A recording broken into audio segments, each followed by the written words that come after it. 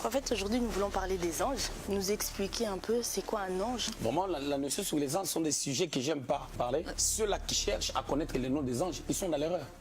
D'accord. Ok. C'est juste, en fait, vous savez... Mais c'est que vous dites, c'est grave.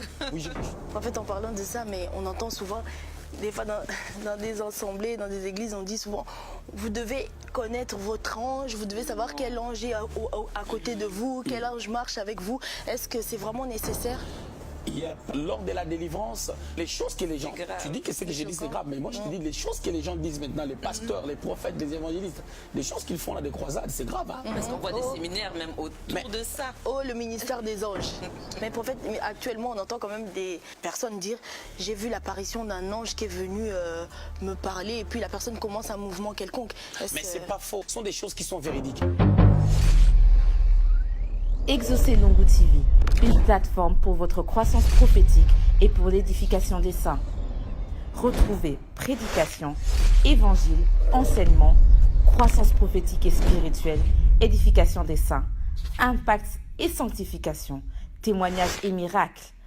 Exaucez Lungu TV, la chaîne qui vous procure la vie. Bonjour chers internautes, bonsoir, tout dépend de l'heure à laquelle vous nous suivez. Bienvenue sur notre émission Exaucez Lungu TV, votre chaîne 100% prophétique. J'aime dire que c'est une chaîne qui nous procure la vie en Jésus, car Jésus c'est la vie, le chemin et la vérité. Je suis contente d'être encore une fois devant vous aujourd'hui. Je ne suis pas seule, comme dans mes habitudes, je suis en compagnie de ma collègue Kétia. Bonjour Kétia. Bonjour Perla, comment vas-tu? Ça va très bien, contente d'être avec toi. Oui, moi aussi je suis dans la joie de pouvoir encore partager, poser des questions et encore pouvoir avoir des réponses à toutes nos questions. En fait. Amen. Donc là, quand on dit Exaucez Lungu TV, on fait mention aux prophètes exaucés qui sont là parmi nous. Bonjour prophète. Bonjour Perla. Honoré d'être avec toi aujourd'hui. Gloire à Dieu, que Dieu vous bénisse. Amen. Donc là, aujourd'hui, on a un merveilleux thème que nous voulons partager avec le prophète. Donc aujourd'hui, prophète, nous allons parler des anges. Mais avant cela, si tu peux nous conduire dans une courte prière. Seigneur, nous te rendons grâce parce que tu es notre seul appui. Tu es la parole faite chair. C'est toi qui nous procures toutes choses, la connaissance, le vouloir et l'être, parce que tu es fidèle. Sois béni, toi le guide parfait. Au nom de Jésus-Christ, nous remettons ces instants entre tes mains. Que le Saint-Esprit soit notre partage, que le Saint-Esprit nous guide et que le Saint-Esprit parle au travers de nous. Au nom de Jésus-Christ. Amen. Amen. En fait, aujourd'hui, nous voulons parler des anges. Ouais. Donc, on voulait commencer nous expliquer un peu c'est quoi un ange. Qu'est-ce que c'est qu'un ange? Donc souvent on entend parler des anges, mais est-ce qu'on sait vraiment c'est quoi un ange? Ouais, d'une manière simple, on va dire que un ange, c'est une créature. Une créature, par contre, une créature spirituelle, parce que les anges, ce sont des esprits. Ça, nous devons le savoir, les anges sont des esprits. Mais par contre, ce sont des créatures célestes ou des créatures spirituelles créées par Dieu au service de Dieu et des hommes. Ok. Comme dans toute organisation, Dieu, c'est un Dieu organisé. C'est-à-dire dans sa nomenclature, il a tout un ordre, toute une classification concernant les anges. C'est-à-dire sur le plan hiérarchique, chaque ange n'occupe pas la même place, ce qui est tout à fait normal. C'est comme dans une nation, il y a le président, il y a le premier ministre, il y a des sénateurs, il y a des députés, ainsi de suite. Dans un royaume, il y a aussi une structure qui est respectée. Dans une église, il y a une structure. Au ciel aussi. Donc, dans l'atmosphère où règnent les hommes, où règnent les esprits, où les vies vivent, si on peut donner ma tautologie, il y a toujours de l'ordre. C'est-à-dire que chaque ange n'a pas le même rôle. Je vais donner un exemple bête. Il y a l'ange Gabriel qui est apparu à Zacharie. Il lui dit, je suis Gabriel, je me tiens devant Dieu. Il est en train d'amener Zacharie à une conviction. Il s'est dit, moi je suis l'ange qui se tient devant de Dieu. C'est-à-dire les paroles que je te rapporte sont véridiques parce que je suis quelqu'un qui se tient devant Dieu. Je le vois et j'entends sa voix. Je suis venu pour te communiquer une pensée. Donc crois ce que je suis en train de te dire. Donc son rôle c'était ça. Mais vous allez remarquer dans le livre de Daniel, lorsqu'on parle de Michael, par exemple, il avait un rôle tout à fait différent. À aucun endroit on voit Michael venir apporter un message à quelqu'un. nous voyons Michael venir combattre, parce que Daniel était en prière pendant 21 jours, la Bible déclare que dès le premier jour, Dieu l'avait déjà exaucé, mais par contre, on nous donne, c'est une image qu'on nous donne, hein. On parle du roi des Perses, qui est l'image du diable, qui a empêché Gabriel d'amener le message, jusqu'à ce que Michael est venu pour défendre Gabriel, afin qu'il apporte le message. Donc je vais voir que ces deux anges-là n'ont pas le même rôle. Même lorsque nous parlons de l'ennemi, les diables, autrefois il était un archange de Dieu, c'est-à-dire un ange de Dieu. Il avait un rôle qui était centré sur l'adoration. Voilà. Donc lorsqu'on parle des anges, il y a des anges simples qui sont là que pour la célébration. Il y a des chérubins, vous remarquerez dans les jardins d'Éden, lorsque l'homme et la femme étaient chassés, il y avait des chérubins à la porte. Vraiment, la notion sur les anges sont des sujets que j'aime pas parler, parce que le problème qui est là, nous voulons, j'ai voulu qu'on puisse aborder ces thèmes pour répondre à vos questions par rapport à ces thèmes, pour élever certaines équivoques, premièrement, et deuxièmement, pour éclairer les gens, pour mettre l'emphase sur certaines vérités bibliques concernant les anges et concernant la Christologie. Qu'est-ce que Dieu veut que nous puissions faire, ou je dirais, quelle est notre position face à toutes ces réalités? Exactement, parce qu'il y a beaucoup d'incompréhension. Et souvent, quand on parle des anges, peut-être c'est mon impression, mais souvent, on se base beaucoup de la révélation. Dans la révélation. Et vous, souvent, quand on vous invite, quand vous répondez aux questions, vous ramenez quand même à la Bible avec des dogmes quand même qui peuvent nous enseigner. La plupart des gens qui ramènent ces genres de messages, si je peux me permettre de le dire, ce sont des prophètes du temps actuel. Aujourd'hui, il y a trop de syncrétisme dans les choses de Dieu. Il y a trop de mélanges, il y a trop de... Oui, trop de mélanges, de traditions, machin, tout ça, dans les choses de Dieu. Il y a trop de... Si je peux dire ça comme ça, l'impressionnisme. C'est-à-dire, on vit dans les exhibitions, dans les extravagances, pour attirer un peu le regard des gens. Pendant que nous avons Jésus. Jésus est venu sous une forme humaine, il habitait parmi les hommes en forme d'Emmanuel selon les prophéties qu'Ésaïe avait données. Et c'est Jésus-là, nous croyons en lui par la foi. Notre foi ne se repose pas sur une représentation quelconque, sur les anges ou sur qui que ce soit. Parce que Philippiens chapitre 2 verset 9 déclare qu'il a été souverainement élevé afin qu'au nom de Jésus, tout genou fléchisse. Parce qu'aucun ange n'est mort à la croix pour toi et pour moi. Voilà. En fait, en parlant de ça, mais on entend souvent, des fois dans des assemblées, dans des églises, on dit souvent, vous devez connaître votre ange, vous devez savoir quel ange est à côté de vous, quel ange marche avec vous. Est-ce que c'est vraiment nécessaire? Il n'y a pas un verset qui dit que vous devez connaître le nom de l'ange qui marche avec vous. Amen. Prenons un aspect je vous dis déjà, dans 1 Corinthiens chapitre 6 au verset 3, la Bible dit, ne savez-vous pas que vous jugerez même les anges de Dieu? Que vous jugerez les anges de Dieu. C'est Paul qui est en train de dire aux Corinthiens. Ne savez-vous pas que vous jugerez les anges de Dieu? C'est-à-dire, si nous jugerons les anges de Dieu, c'est que devant Dieu, nous avons une position supérieure aux anges. Pourquoi? Parce que pour aucun ange, Dieu a dit que ces créatures devaient être créées à l'image et à la ressemblance de Dieu. Si les gens sont esprits, l'homme est esprit. Quand Dieu a créé l'homme, dans Genèse au chapitre 1er au verset 26, on a dit, faisons l'homme à notre image et à notre ressemblance. Je l'ai dit et je le répète encore, Dieu bara l'homme. Dieu crée l'homme au travers du néant. Cet homme-là qui a été créé, c'est l'esprit. C'est l'esprit de l'homme qui a été créé. Et dans Genèse 2, verset 7, quand on dit Dieu forma au travers de la poussière, Dieu forma l'homme, Dieu yassa l'homme. Il le crée au travers d'une existence. Cette existence, c'est la poussière. Il forme maintenant. Il forma l'homme. Il forme les corps. Le corps a été formé, pendant que l'esprit existait déjà, Dieu souffla, l'homme devient une âme vivante. C'est-à-dire, la rencontre de l'esprit et du corps fait engendrer l'âme. Et ainsi, on peut dire que l'homme est tripartite. Alors, remarquons que les anges, s'ils peuvent revêtir d'un corps pour venir donner les messages, c'est pour un temps précis. Et nous sommes esprits, et nous avons les corps en permanence, et nous avons l'âme. Donc, c'est pour dire que l'aspect, ou je dirais la valeur que les hommes actuellement cherchent à donner aux anges, c'est exagéré, et ça n'a rien à voir avec la doctrine, et ça n'a rien à voir avec la parole de Dieu. Les anges sont au service des saints. Apocalypse, dans le livre de l'Apocalypse, Jean, il voit l'ange nous communiquer des choses, il voulait s'accroupir, il voulait s'agenouiller au devant de l'ange. L'ange lui a dit non, ne le fais pas. Ça, c'est un message clé, ça clôture tout. Il dit ne le fais pas. Parce que tu es mon collègue. Je suis ton collègue, je suis ton frère. Et les frères de tes frères. Ok. Mais quand on dit ils sont à notre service, quel service en fait ils nous apportent? Mais c'est simple. Je vais prendre l'exemple de Marie. Luc au chapitre 1er, 26 à 38.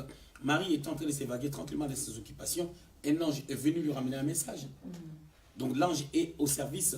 Les anges sont au service à la fois de Dieu et des hommes. Ok. Mais celui qui te ramène de l'argent, il est à ton service. Le gars de la poste est payé par la poste pour être à ton service et au service de la poste.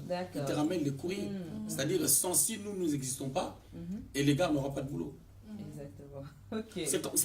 C'est comme quand on parle de la liturgie, quand on parle de nous, serviteurs de Dieu. Dieu a fait de nous un royaume de sacrificateurs. Apocalypse chapitre 1er, verset 6. Nous faisons, en servant les seigneurs, nous faisons la liturgie. Nous sommes des serviteurs de Dieu, ok? Nous sommes au service de Dieu. Nous sommes des serviteurs de Dieu au milieu du peuple. C'est-à-dire, sans le peuple, nous n'avons pas de service. Ok, oui. C'est Dieu qui nous a embauchés, mais nous servons auprès du peuple. Voilà, c'est comme les anges. Ils servent Dieu comme nous, mais pour nous. Oui, oui. Alors, mais nous ne servons pas pour eux. Et là, il y a cette confusion. Nous servons Dieu. Tu verras quelqu'un... je ne dis pas que... Remarquons une chose. Lorsque le Saint-Esprit est venu, lorsque Jésus est mort à la croix, il est ressuscité le 3e jour. 50 jours après, le Saint-Esprit est venu. Alors, ce qui s'est passé où l'ange pouvait venir pour ramener un message. Gabriel ne vient plus. Je ne sais pas quelle fonction, quel rôle il joue maintenant. C'est aussi une question qu'on se pose, mais finalement, le Saint-Esprit... Le Saint-Esprit l'a mis au chômage.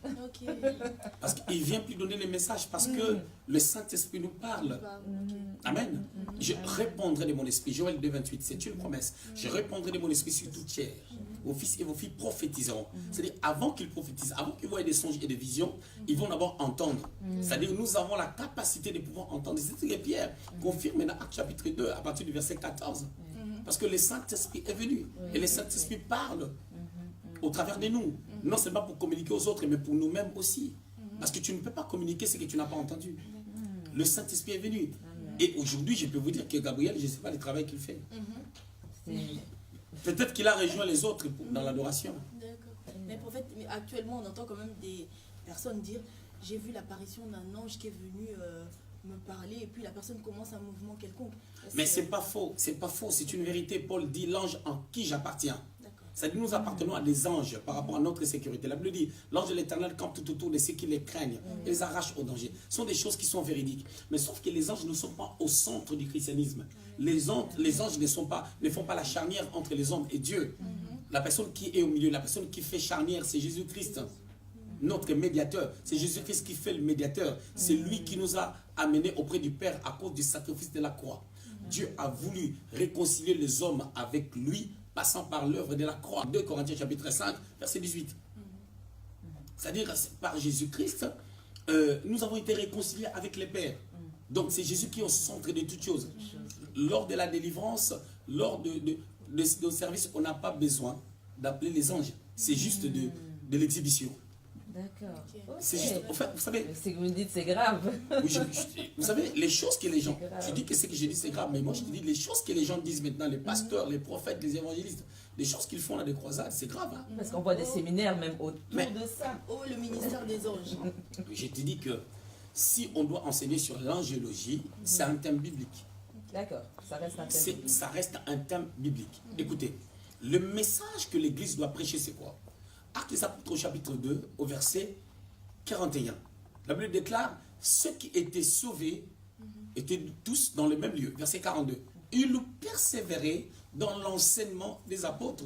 Cet enseignement des apôtres, c'est quoi? La Bible nous donne la réponse dans Romains au chapitre 1er, verset 1 à 4. Que l'évangile concerne le Fils de Dieu, Jésus-Christ. Donc l'évangile doit être centré. Même quand je parle de Job, je dois chercher Christ dans Job. Ok.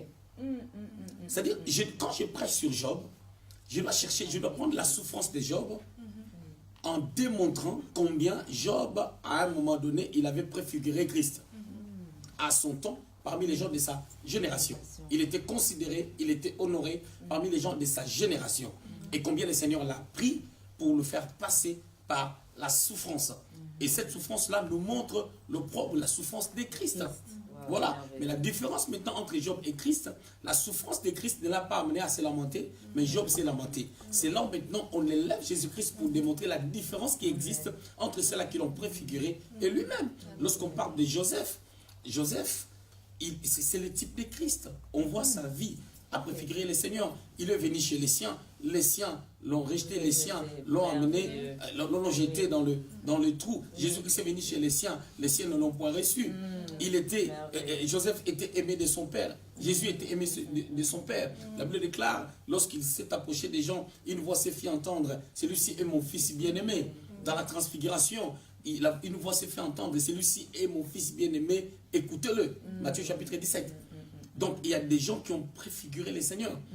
Joseph a été élevé dans une position glorieuse et il a été l'objet du salut pour sa famille. Jésus l'a été pour l'humanité.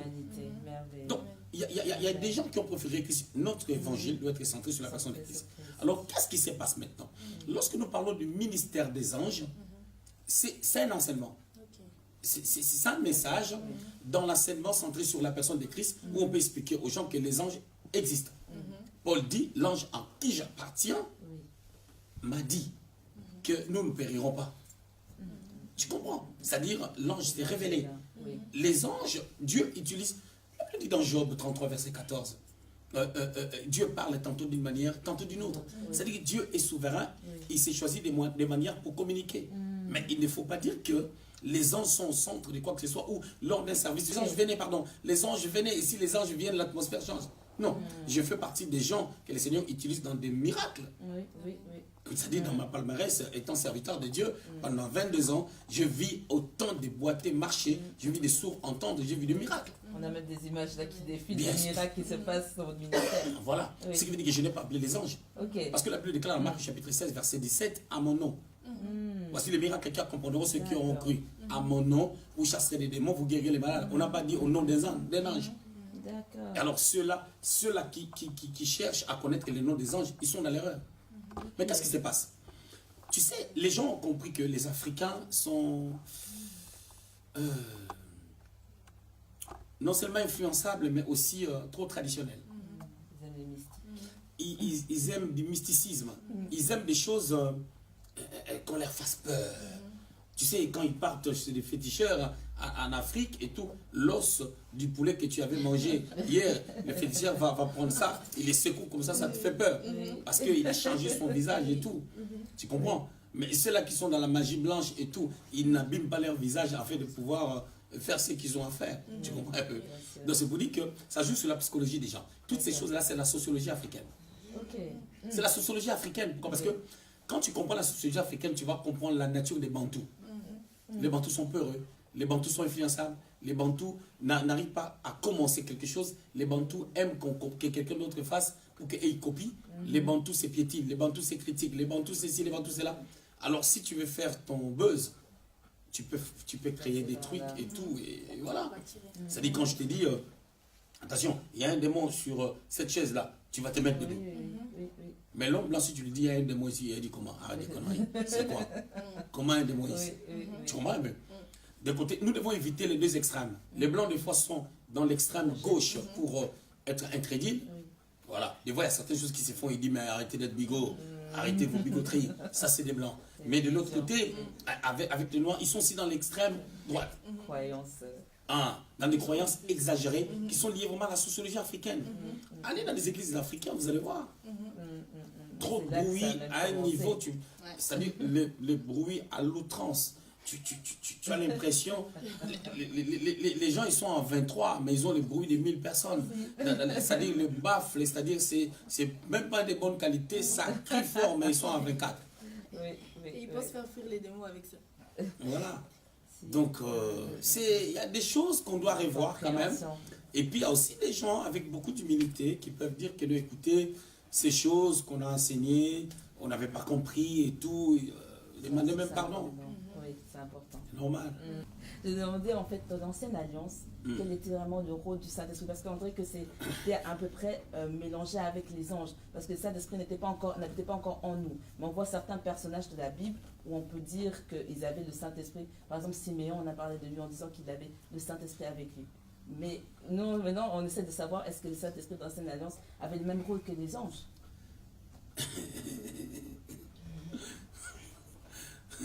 Les choses que vous dites, c'est grave. Écoutez, le Saint-Esprit, c'est la troisième personne de la Sainte Trinité. Dans l'Ancienne Alliance, le Saint-Esprit, ou le Saint-Esprit n'habitait pas dans les corps des gens. Le Saint-Esprit saisissait les gens pour un service. Les rois, le sacrificateur et les prophètes, c'était des personnes que le Saint-Esprit pouvait utiliser d'une manière particulière. Alors, ces gens-là, on les oignait d'huile. Et cette huile était l'image du Saint-Esprit qui venait sur eux pour leur affecter une onction qui va leur permettre de pouvoir faire les services. Mais tu vas remarquer ces gens, après avoir fait les services, David, 40 femmes. Après avoir fait les services, Salomon, 1000. 700 femmes, 300 concubines. Pendant que celui qui est habité par le Saint-Esprit, le Saint-Esprit sera attristé. S'il habite en toi avec ce genre d'attitude, le Saint-Esprit sera attristé. Ephésiens chapitre 4, verset 30. N'attristez pas l'Esprit. Donc, les anges n'étaient pas comparés au Saint-Esprit dans l'Ancienne Alliance. Mais le problème, c'est quoi? Pourquoi il y avait des apparitions des anges dans l'Ancienne Alliance? Ces gens-là, ils étaient incrédules. Parce que le Saint-Esprit n'habitait pas en eux. Parce que le Saint-Esprit n'habitait pas en eux, ils ne pouvaient pas avoir une foi que nous devons avoir, nous, dans la Nouvelle Alliance. Alors Dieu passait par des représentations, par des démonstrations. Il pouvait déchirer l'eau en deux pour que les gens puissent enfin croire, parce qu'ils n'ont pas quelque chose en eux qui les aide à pouvoir croire. Le Saint-Esprit que nous avons. C'est pour cela Dieu. Qu'est-ce que la Bible dit dans Hébreux chapitre 11, verset 6?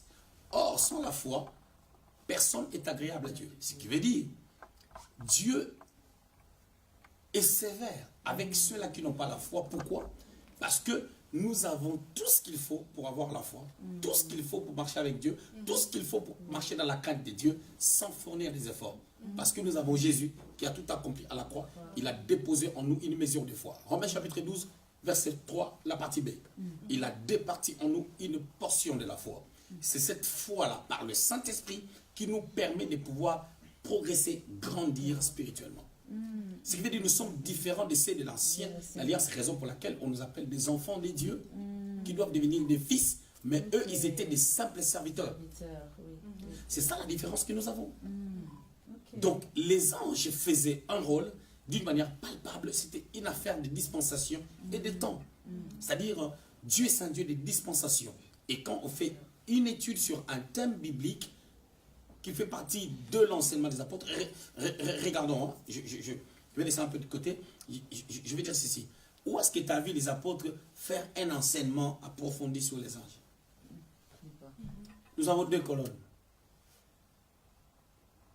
Nous avons Pierre, nous avons Paul.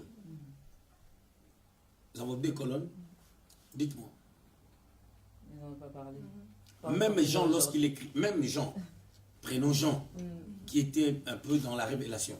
Des gens, c'est lui qui a écrit Apocalypse et tout. Et regardons un peu Jean. Est-ce que lui-même, on l'a enseigné chez l'ange qui ne m'adore pas, adore Jésus. Et c'est lui qui va nous dire que nous devons pouvoir adorer les anges. Ou appeler les anges pour un service quelconque. Mais la plus grande question, qu'est-ce qui pousse les gens à faire toutes ces choses-là? Qu'est-ce qui pousse les gens à... En fait, les chrétiens ont développé, les serviteurs de Dieu, les pasteurs et tout, ils ont laissé l'essentiel en fait. Nous avons laissé l'essentiel pour s'évader à autre chose. L'essentiel, c'est Jésus-Christ, qui est mort à la croix. Nous devons croire en lui. Et si nous croyons en Jésus-Christ, le Seigneur dépose en nous quelque chose de nouveau. Lorsque nous avions cru, soit on croit, soit on ne croit pas. En fait, nous arrivons vraiment à la Ok, Mais déjà. je voulais quand même vous donner le mot de la fin, que vous puissiez nous dire en fait maintenant dans la nouvelle alliance, en quelques mots en fait, à quel moment peut-on dire que voilà l'ange nous a apparu actuellement?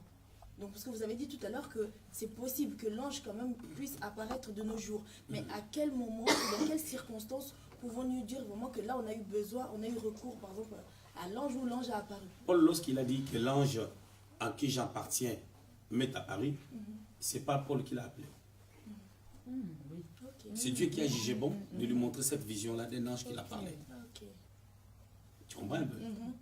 C'est-à-dire, c'est comme si je disais, je suis ici, je suis en train de parler avec vous, je vais me retrouver à Paris au même moment que vous, je le fais volontairement, non, c'est pas biblique. C'est pas biblique. La Bible dit, Paul dit, un homme a été élevé jusqu'au 3e ciel, il a été élevé, Paul est en train de dire lui-même, je ne sais pas si c'était dans son corps ou en prenant un autre corps, tu comprends? C'est-à-dire, même lui-même, il est inconscient. C'est-à-dire, il peut arriver que non, ton esprit ou ton ange se présente avec ton aspect quelque part. C'est possible, mais tu ne sais pas. Mais on l'appelle pas, donc on l'appelle pas. On dit j'appelle l'ange. Non, non. Faut arrêter avec ces histoires-là. Faut arrêter. Vous savez, d'autres choses que les gens font aujourd'hui, ça fait peur hein, aux gens qui ont étudié. Ils ont du mal à venir dans vos églises. Hein. Je vous dis. C'est-à-dire, le message est simple. Ne mystifions pas les choses. Ne rajoutons pas la tradition des Africains dans tout ce que nous sommes en train de faire. Tu comprends? C'est-à-dire, c'est comme quelqu'un qui prophétise. On peut prophétiser, on peut donner un message, on est tranquille, on donne le message. Mais on peut aussi prophétiser, on est en train de sauter, on donne le message. On saute, on donne le message. Comme quelqu'un, une fois, il y avait une dame qui prophétisait, maintenant elle prophétisait en dialecte, c'était une Congolaise, elle voulait parler, elle venait na. Quelqu'un était à côté, il a dit, oh, Dieu a commencé à bégayer. Voilà. Donc c'est pour dire que Jésus est au centre de toutes choses, il a été souverainement élevé, afin qu'au nom de Jésus, tout genou fléchisse. Amen. Amen. Sur ces merveilleux mots, le temps est écoulé, mais je pense qu'on va encore se retrouver pour d'autres émissions, pour poser encore d'autres questions. Alors, chers internautes, là où vous êtes, comme dans vos bonnes habitudes, continuez à nous envoyer vos questions sur des sujets que vous voulez que nous puissions aborder. Peu importe les thèmes, nous, on attend à voir vos commentaires, à voir vos questions, même sur ce sujet-là, parce que ça a été beaucoup parlé, mais beaucoup d'incompréhension sont restées. Ok, ce message a été beaucoup parlé avant nous, mais il y a vraiment eu des questions qui sont restées dans l'esprit des gens. Donc, n'hésitez pas à envoyer vos questions. Merci beaucoup d'avoir été encore connecté sur votre chaîne Exaucez Lungu TV. À très bientôt. À très bientôt.